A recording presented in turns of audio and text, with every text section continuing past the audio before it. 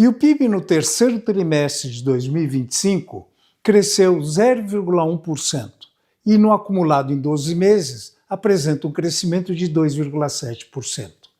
Ora, isso mostra que realmente a tração da atividade econômica ela está um tanto quanto que lenta. Por quê? Por uma série de fatores. Um fator importante a ser considerado, por exemplo, é a performance da agropecuária, que no terceiro trimestre cresceu 0,4%, acumulando no período de 12 meses um crescimento de 9,6%. Muitos analistas afirmam, em função desse dado, de que a agropecuária está exercendo realmente uma força muito grande, mantendo o crescimento da atividade econômica nesse patamar.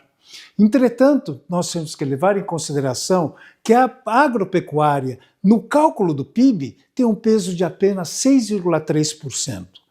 O setor que efetivamente contribuiu para essa performance, apesar de baixa, foi o setor industrial, que apresentou no terceiro trimestre um crescimento de 0,8%, acumulando, num período de 12 meses, um crescimento de 20,4%.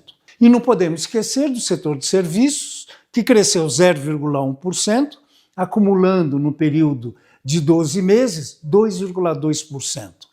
Agora, setor de serviços, apesar dessa baixa performance, é exatamente o setor que apresenta a maior representatividade no cálculo do PIB, com peso de aproximadamente 59,4%. Então esses dados, eles mostram exatamente o lado da oferta, ou seja, a disponibilidade de bens e serviços para o consumo da economia. Por outro lado, quando nós observamos o PIB sobre a ótica do consumo, ou seja, pelo lado da demanda, o dado mais representativo nesse terceiro trimestre diz respeito ao consumo das famílias, que cresceu 0,1%, mas que no acumulado em 12 meses apresenta aí um crescimento de 2,1%. E a representatividade do consumo das famílias é de quase 64%. Então, à medida que o governo estimula o consumo das famílias, é uma maneira que o governo está tendo para impulsionar a atividade econômica.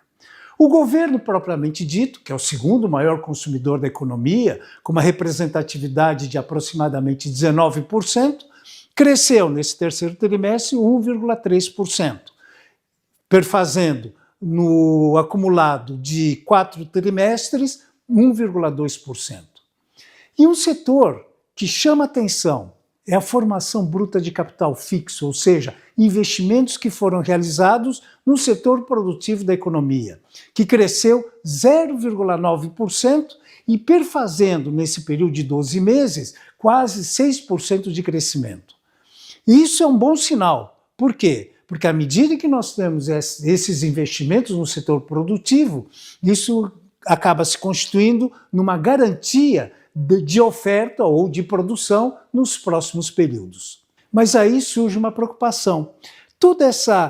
O cenário econômico que nós estamos vivendo, mas as incertezas que cercam a economia mundial, as projeções indicam, apesar desse acumulado de 2,7% nesses últimos 12 meses, para o ano de 2025, nós temos aí uma projeção em torno de 2,2%. Ou seja, é uma sinalização de que no quarto trimestre a atividade econômica ela poderá eventualmente retroceder. E, um detalhe importante, na projeção para 2026, as análises indicam um crescimento pífio de 1,8%, ao contrário daquilo que a gente observa na economia mundial.